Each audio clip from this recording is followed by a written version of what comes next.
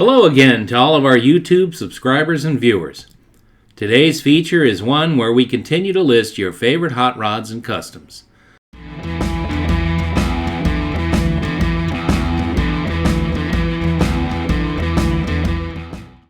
On July 8th of 2024, we featured 12 vehicles we thought to be significant in the hot rod and custom car world. We asked you to respond with other cars we missed, and you guys didn't disappoint.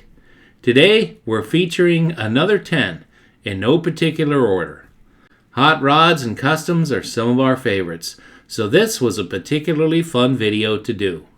After all, like jazz music and baseball, hot rodding is a uniquely American art form. Now, let's check them all out.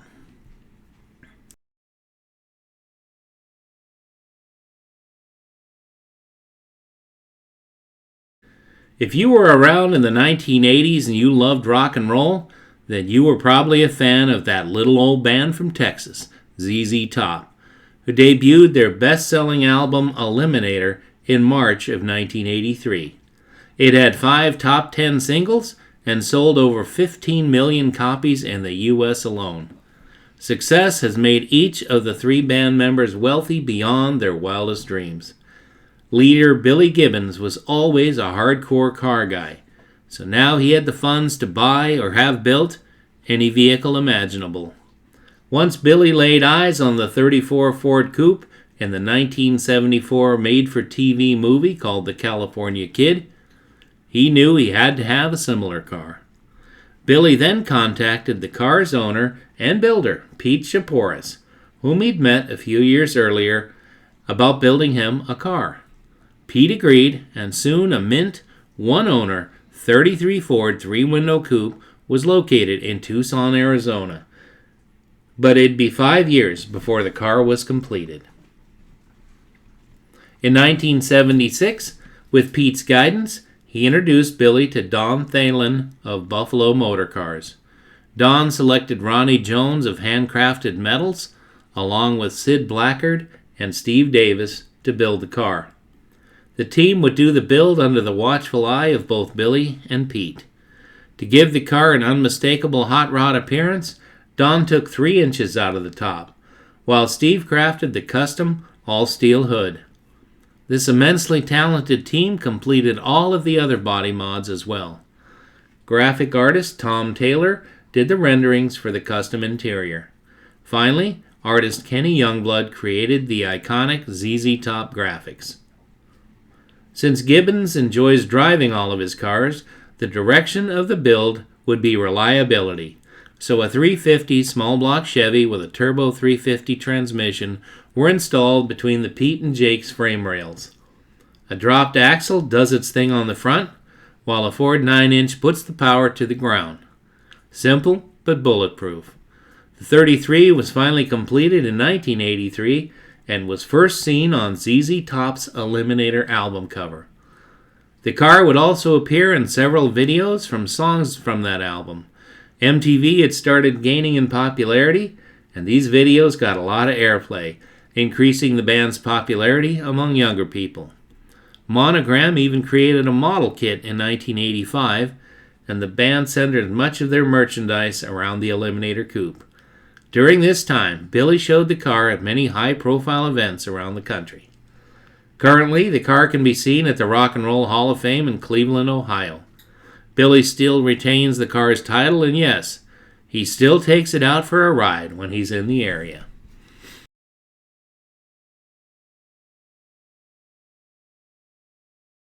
If you've been reading car magazines for the past 40-plus years like I have, you're no doubt very familiar with Hot Rod Magazine's project car, dubbed Project X, that first made its appearance in 1965 with a rival publication called Popular Hot Rodding.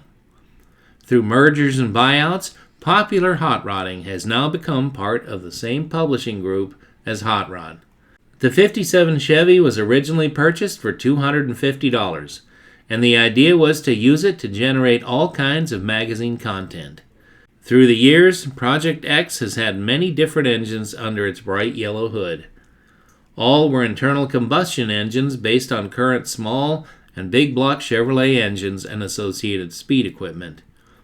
Overall, Project X was a rousing success, that is, until 2021, when Hot Rod Magazine collaborated with Chevrolet Performance to install the latest electric vehicle technology.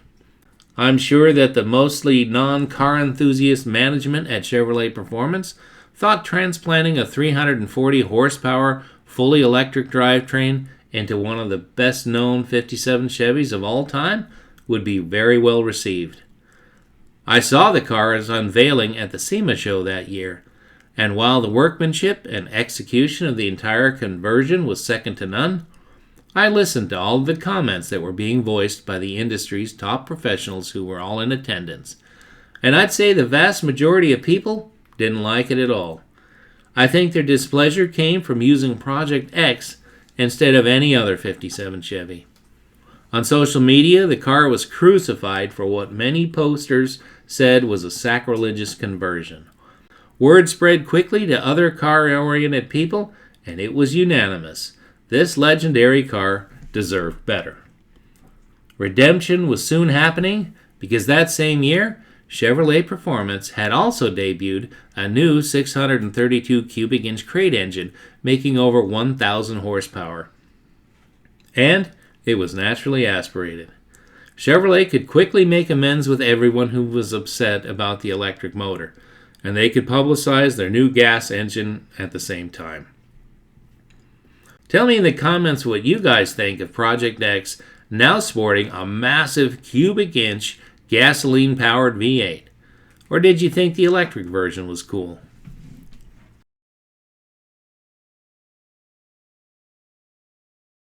Tom McMullen is best known as the founder and creator of Street Rodder magazine. Sadly, this publication, along with Tom's many other titles, plus an entire industry, are no longer being published.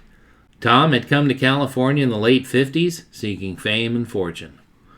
He was a hardcore gearhead and had lots of experience as an automotive writer.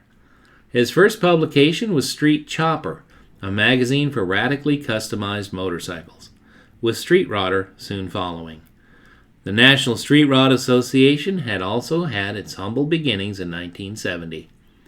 Interest in both building and driving modified cars was beginning to really take off at the time. Although there were other street rod-oriented publications at the time, Street Rodder seemed to strike a chord with enthusiasts. It enjoyed immense success for nearly 50 years. Tom soon realized that he would need a car to showcase his business at various shows, as well as selling subscriptions and other merchandise. He thought, what could be more iconic than a Deuce Roadster? Well, the search began, and being in Southern California, locating the perfect car was not too hard. The Roadster he found was already a veteran of several television episodes, seen earlier on popular shows like Lassie and Life of Riley. Initially, the car was equipped with a small block Chevy under the hood, but as soon as Tom got the title, he replaced it with a larger displacement small block fitted with a GMC 471 supercharger sporting dual quad carbs. This engine brought impressive elapsed times at local speedways like El Mirage and Riverside. Tom also did his fair share of street racing, too. Because this car would be the face of Street Rodder, Tom painted flames and pinstriping over the fenderless black body with the help of another legendary hot rodder, Ed Big Daddy Roth. Now there was no doubt what this car was. The Roadster appeared on several album covers and graced the covers of contemporary magazines like Hot Rod, Popular Hot Rodding, and Tom's very own Street Rodder. Well-respected hot rod writer and historian Pat Ganal was quoted as saying that once this newly reconfigured Deuce was on Hot Rod's April 1963 cover, we've never seen anything like it. Longtime editor Brian Brennan calls this Roadster the most identifiable hot rod of all time. By 1970, Tom's publishing company had enjoyed great initial success, but he needed money to expand, so the gut-wrenching decision was made to sell the Roadster for a then princely sum of $5,000. Tom later would reflect that this was one of his biggest mistakes, but he now had a cash infusion to expand the business. The Roadster passed through several owners before collector Jorge Zaragoza bought it. Jorge contracted with legendary hot rod builder Roy Brizio to restore the car from top to bottom back to its original state. The Deuce was completed a few years later, and it was stunning. It was invited to the Pebble Beach Concourse event in 2007, where traditional and well-known vintage hot rods would appear next to multi-million-dollar classics on the show field for the first time. The Deuce took third place and was again invited to the 75th anniversary of the 32 Ford, held in Pomona, California each spring for the annual America's Most Beautiful Roadster, in celebration of the 75 most iconic Deuces in 2007. Jorge sold the car at a Mecum auction in Anaheim in November of 2012 for $770,000 all in. The car was again seen at a Mecum auction in Kissimmee, Florida in January of 2019, where it bid to $700,000, but it wasn't sold. We've seen it on 2 occasions, and it's fabulous.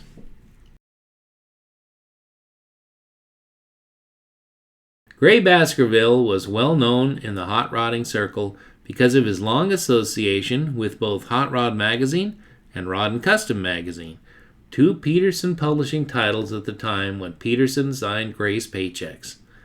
For over 30 years, your old dad, as Gray nicknamed himself, plied his trade as a writer and photographer. Always seen wearing his trademark shorts and flip-flops, he loved his profession and the people he met.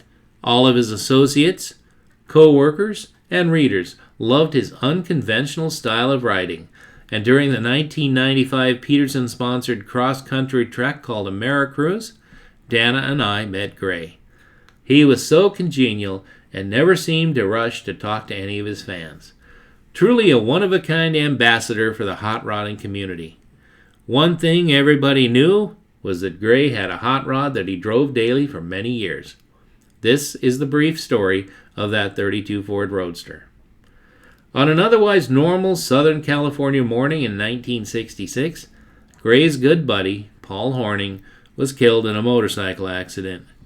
Gray always admired his car, and soon after the tragedy of Paul's passing, he obtained it from Paul's estate for $500. Gray never had a garage available, so he kept the car in Pasadena at his mother's place, where she at least had a carport to keep the inclement weather at bay. Other than a new top, fabricated by Pasadena trimmer Bob Lee, the car remained as it always was while in Paul's care. After a decade of ownership under Gray's possession, this now iconic Roadster accumulated thousands and thousands of miles, thanks to a reliable 283 cubic inch small block Chevy with Fuelie heads, an aluminum 4-barrel intake, and a Carter carburetor.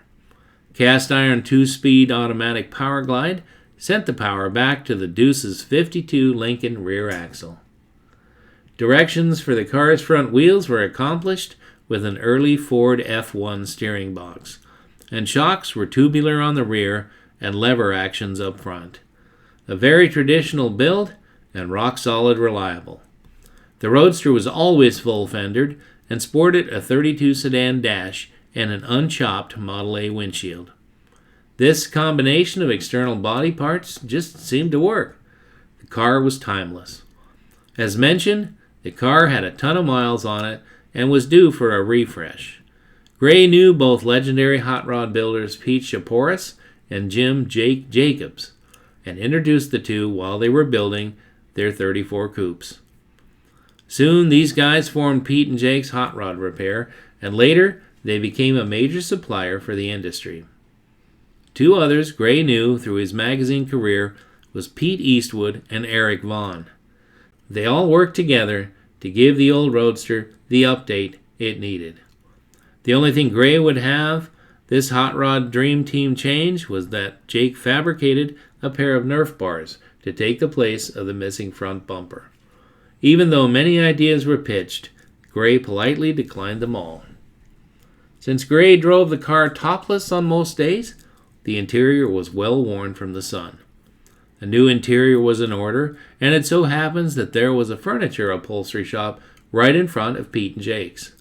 A friendly inquiry revealed that the proprietor, named Pancho, was the same guy who'd upholstered the car while working for Bob Lee. Pancho agreed to do the job, and he replicated all of the pleating just like the original. But the color was changed from black to brown. Once back on the road, Gray realized his Roadster's heart was not performing as it had for quite a while. Through his contacts, he scored a 291 cubic inch small block Chevy. It had salt flats history and was a lot more powerful than the first engine ever was. Around the same time, Gray noticed that his Roadster's paint finish was also looking quite tired. Again, referring to his extensive contact list, Gray hired an old-time hot rodder named Dick Hallen, who owned a body shop in Burbank. The car soon emerged from the paint shop wearing a beautiful shade of red enamel that was originally used on Mustang IIs in the mid-70s. By the end of the millennium, it's estimated that Gray had put 250,000 miles on his Deuce. Gray agreed with his hot rodding building buddies that it was time for a new chassis, so the body was removed and transferred to the new chassis. During the restoration, Gray was unfortunately diagnosed with cancer. His downfall was very sudden, and in the last days of his life, he requested one last ride in his beloved 32. His brother David had the honor of taking him for that last ride. Now it was painfully obvious that Gray was not to ever get better. He called for his old pal Pete Chaporis, and Gray expressed that he was only the car's temporary caretaker. He expressed that the car was not to ever be shown in a museum setting. He said hot rods were meant to be driven. It was agreed that Pete would help sell the car, and he would make sure the next owner shared Gray's vision of how it should be cared for and used. The car was never repainted from the mid-70s date with a spray gun and a booth. Sure, it still exhibits road rash and other minor imperfections, but that's going to happen when a hot rod is driven, just like the glory days. As Gray always said, it's so bitchin'.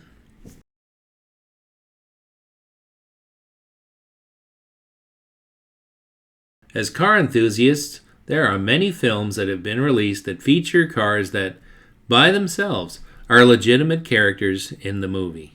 I'm talking about American Graffiti, released in 1973 with what would become a star-studded cast and a now legendary director, George Lucas.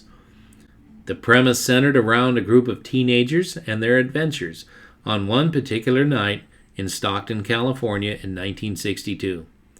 The stories are great, but the cars they used, both the main stars and the extras, make this film a proverbial favorite for many of us, me included. The first car, main character John Milner's 32 5-window coupe, was featured in Part 1.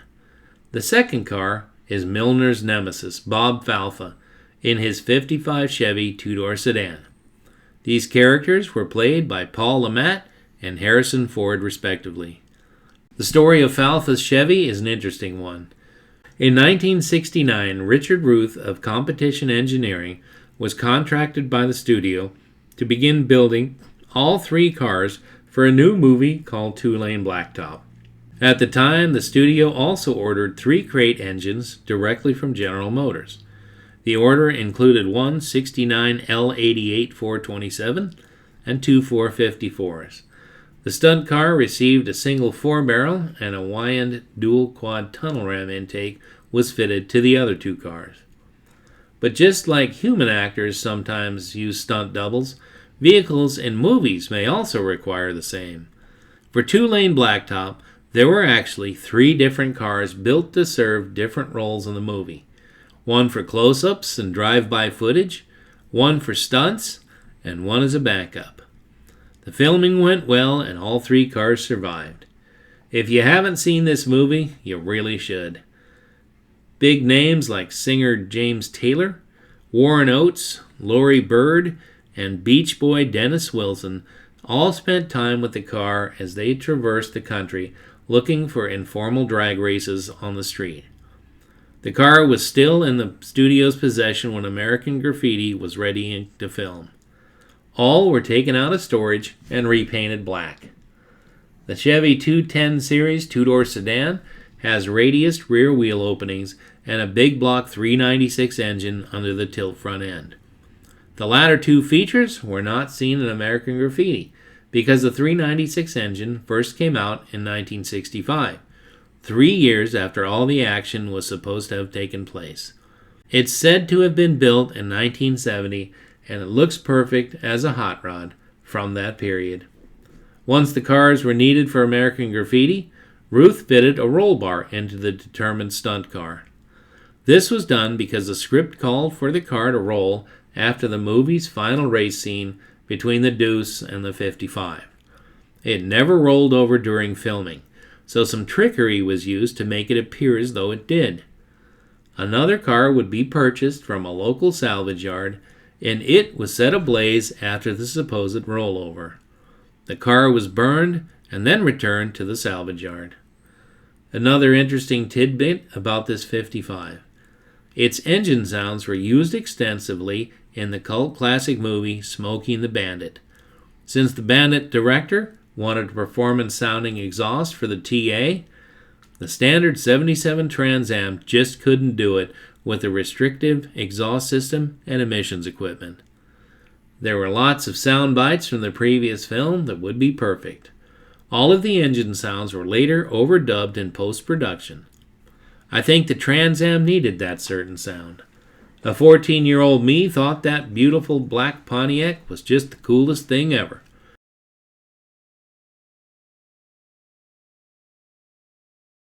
As discussed earlier, ZZ Top guitarist and auto enthusiast extraordinaire Billy Gibbons loves hot rods and customs. For Cadzilla, Billy said he always liked the lines of the late 40s Cadillacs.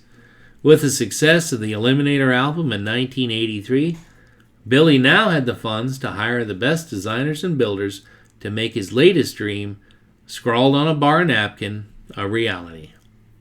Inspired by the custom coachwork creations of the 1920s and 30s, Billy had designers Jack Chisenhall and Larry Erickson, who had extensive knowledge and immense respect for the great designers of that era, render some more drawings of this future creation. However, Billy requested a more radical appearance than was earlier conceptualized. An unmodified 1948 Cadillac Series 62 sedanette was located and bought, so Billy was ready to get started. Billy would commission the now late custom car builder Boyd Coddington and his team at Hot Rods by Boyd to bring everything to life, led by talented bodyman Craig Naff, who would do or supervise the completion of things like a chop top and a stretch top, a sectioned hood and front fenders that would tilt forward, headlights Frenched into those elegant front fenders, modified Dagmars surrounding a moon tank up front, and late-model caddy tail lamp assemblies positioned perfectly in the highly modified rear quarters. There were many more subtle mods done, and all are perfect. All of the bodywork was expertly finished in a deep purple metallic, custom mixed at House of Color. This modern custom honors the traditional lead sled, yet uses techniques that make everything appear as new ideas. It's absolutely genius. To complete the look, Boyd custom-built 22-inch diameter wheels in billet aluminum. The in-motion, unseen mechanicals on this sled were also as impressive as what could be seen. 500 cubic inch vintage Cadillac engine and matched transmission was slid into the engine bay, and now uses Holley fuel injection. A 9-inch forward rear puts all that power to the ground. Springs on all four corners are courtesy of Coney, and a steering box from a mid-80s Corvette points it in the right direction. Later in 1996, Billy commissioned Jimmy Shine to build a matching custom Harley-Davidson motorcycle, which was named Hogzilla. It's rumored this build set Billy back about $900,000. It's still timeless today, and over the years, tons of merchandise has been created for the car.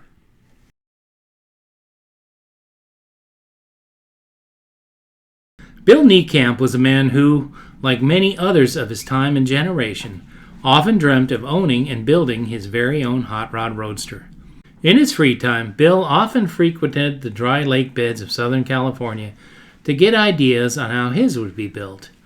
He was often highly impressed how many of the racers at the lake's beds were quite often younger than he was, and how they accomplished building their cars on a small budget, but with much ingenuity. Bill soon realized he had the tools, know-how, and shop space to not only build a competitive race car, but one that could also be shown and driven too. Another advantage was he had a good paying job that allowed for a lot of disposable income. Soon a $15 '29 Model A Roadster was in his home shop, and work began. There was an already accepted formula on how an A Roadster was to be built for racing, at least in Southern California. Trial and error from many other hot rodders in the area advised Bill to all the necessary parts he needed to get. He channeled the body over a 1927 Essex frame that had grafted on a Model A rear crossmember and a spring, which mounted a 39 Ford rear axle with 354 gears. The rear suspension also featured a unique dual shock arrangement. Houdale dampers controlled the up and down, and tube-type Gabriels helped minimize body lean. On the other end of the car, Bill Scratch built a tube crossmember that suspended the straight axle and associated parts from the same donor 39 Ford car. Steering this hot rod roadster was a 35 Ford car steering box that directed the 15 by 5 inch mercury steel wheels wherever Bill needed to go. The rears were custom width 15 by 6 inch in size, and the heart of this legendary hot rod was a full race 42 Mercury flathead V8 that transmitted power to, you guessed it, a synchronized 39 Ford gearbox. This combination required both the drive shaft and the torque tube to be shortened. Of course, a car this fast would need reliable brakes, so a donor 41 Ford surrendered its entire hydraulic brake system for the latest stopping technology of the late 1940s. Before he ever raced the car, Bill entered it at the first annual 1950 Grand National Roadster Show in Oakland, California. This legendary car show still exists today, but is now held each January in Pomona, California. The Roadster wowed the crowds and the judges, and Bill was the recipient of the inaugural America's Most Beautiful Roadster Award. Meanwhile, Hot Rod Magazine's Tom Medley photographed it shortly after the show. Medley ran a multi-page feature in the March 1950 edition, where it gained a lot of attention. This award-winning hot rod could now be seen for the next 3 seasons at El Mirage. It hit a speed of 142 miles per hour in 1952, prompting an offer of $2,800 to buy the car. Bill turned it down, but when a fellow racer was severely injured, he generously raffled it off, with the proceeds going to help the injured man. The Roadster sat dormant for many years before then-unknown hot rod personality Pete Jake Jacobs would purchase the car in 1969. Jake swapped the flathead back in the car and drove it to the second annual NSRA Street Rod Nationals. It was a 2,600-mile round trip without missing a beat. By 1975, the Flatty was tired, so Jake installed a small block Chevy he had gotten from Rod and Custom Magazine staffer Gray Baskerville. In this configuration, it served as Pete's daily driver for years. When the Pebble Beach Concourse opened up its show to a few select significant hot rods in 1997, Jake had restored the car to perfection at his SoCal speed shop, knowing it would be invited. Soon after, negotiations with the Peterson Museum reached an agreement, and the car was sold. It still resides at this amazing automotive museum and is now on permanent display.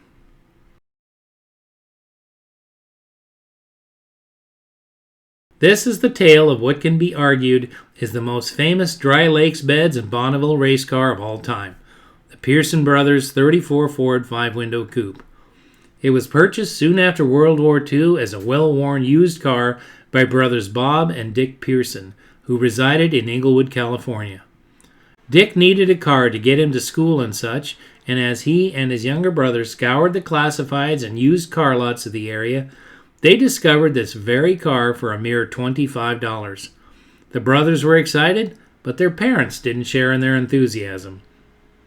They made the boys agree that the car needed to be safe, so it went to a shop run by local mechanic and hot rodder Bobby Meeks. Bobby began the process of getting the car back in shape. Bobby was also an employee of Vic Edelbrock, who was always promoting his aftermarket speed equipment business to young racers. Bobby introduced the boys to Vic, and he also shared in their enthusiasm. Of course, this changed the direction of the project Bobby was working on from a safe driver to an all-out race car. After the war, engineers understood the need to have fast-flying aircraft designed with aerodynamics. This was also a factor for race cars. At the time, most racers used older Fords as the platform of their race cars. Looking at Model Ts and As, and then most of the cars from the pre-war period, a lot of work needed to be completed to make them cheat the wind more efficiently than in their stock form. Aerodynamics and high horsepower would go hand in hand to set records in racing that, a generation earlier, would seem unimaginable.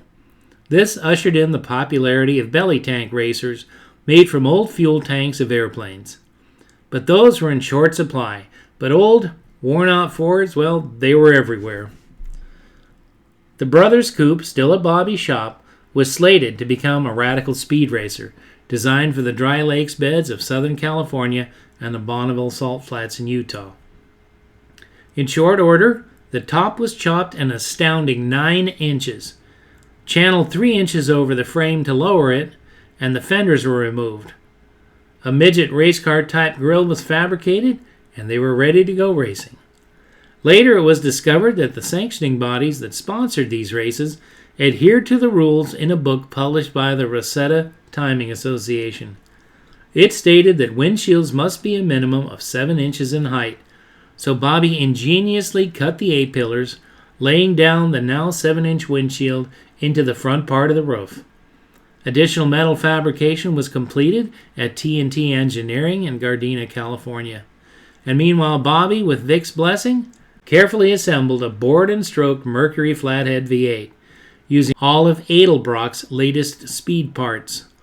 Carburation was handled by a 3-deuce manifold, and the chassis sported a front tube axle, hydraulic brakes, and a Halloran quick-change axle. The steel wheels had Firestone ribbed tires mounted for optimal traction. Inside, the car was all business.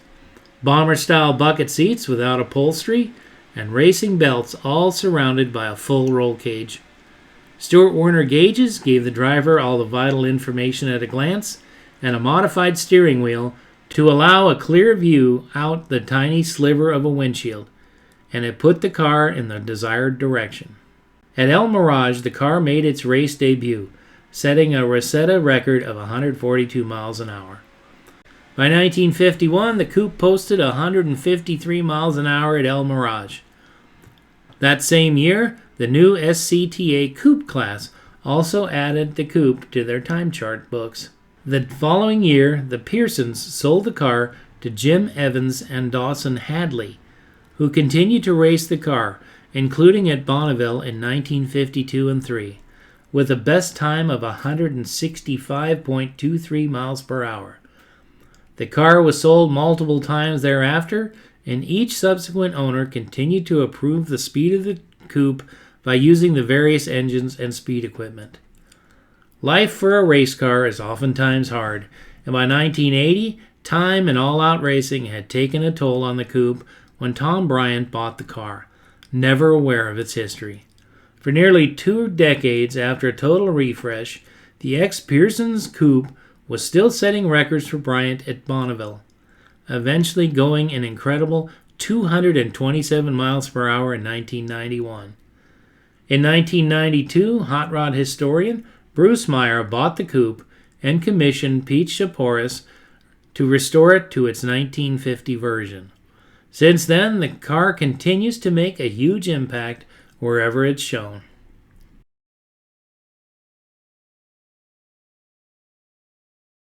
In the late 1950s, Dave Diaz was a young and talented sheet metal worker who resided in the San Francisco area. He was also a member of the Bay Area Roadster Club at the time. A fellow club member named Dick Mendonca had earlier built a '29 Ford Roadster pickup, a car that received a lot of exposure back when he first completed it. He had a parts car '28 Ford Roadster pickup he no longer needed now that his car was finished.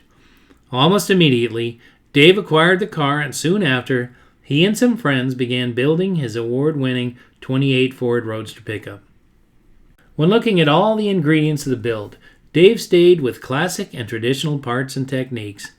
It just seemed everything worked perfectly to create one of the most famous Model A hot rods of all time. Looking at the vintage photos and reading up on all the modifications, it really was a rather straightforward build. On the exterior, Dave chopped the windshield 4 inches and extended the body forward on the frame 6 inches. With Dave's sheet metal skills, he crafted a custom hood and punched it full of louvers. The front fenders were replaced with 1930 Model A types, and Dave subtly bobbed the rear fenders accordingly to match. The dramatically shortened bed was also modified for function when Dave built a slide-out tray in the bed. Once slid out, there was a full array of tools, a first aid kit, and additional safety equipment like a fire extinguisher. In front of the tray, Dave slid a custom fabricated fuel tank between the frame rails, and the entire was covered by a custom wood panel floor. Now that the body and chassis had been lengthened, it was an easy task to install a basically stock 342 cubic inch Cadillac V8 in the original frame. The only obvious speed parts being the Edelbrock 3-deuce intake and a trio of Stromberg 97 carbs. 39 Ford Trans fit behind the clutch assembly from a Ford truck. To showcase this beautiful mill, Dave had the firewall chrome plated. In the wheel department, he used 39 Ford 16x5s in the rear with modified 39 Ford wheels measuring 15x5 up front. Hydraulic brakes from a 1940 Ford were plumbed to bring this truck to a quick stop. To spice up the appearance, Dave selected a full set of wide white walls at all 4 corners. The steering gear and the drop front axle are from a 32 Ford. And to further dramatize the rig, the frame is kicked up 5.5 inches at the rear. About 20 years ago, this Roadster pickup was fully restored and can occasionally be seen at select shows that the current owner attends with it.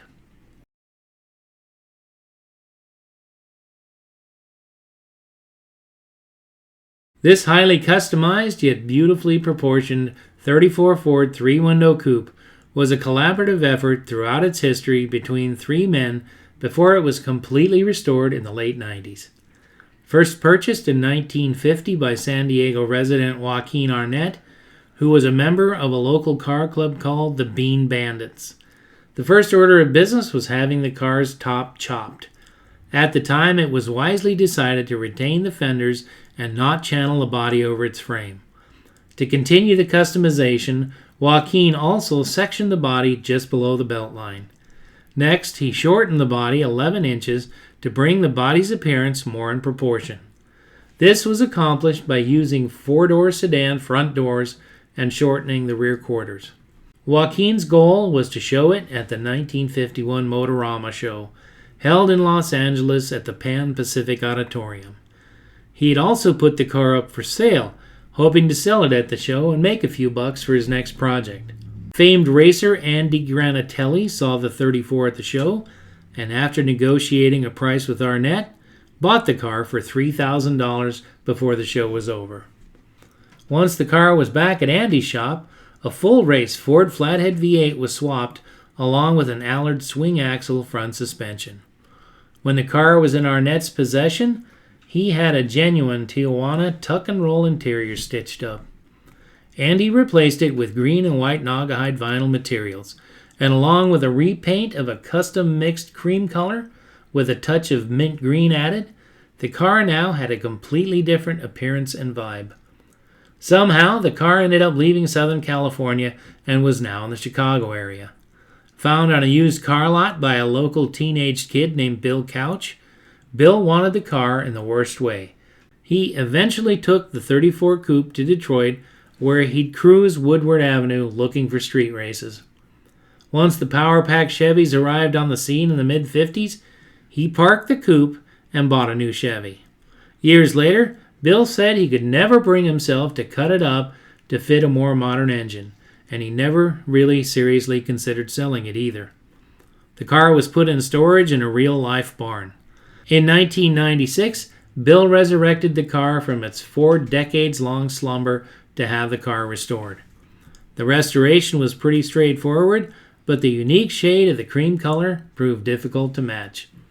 It took 3 attempts before it was right. The car was shown extensively after the restoration was done, and it won many awards all over the East Coast and Midwest. Even today, the Coupe's lines are still quite handsome. Well, that wraps up part 2 of the top hot rods of all time.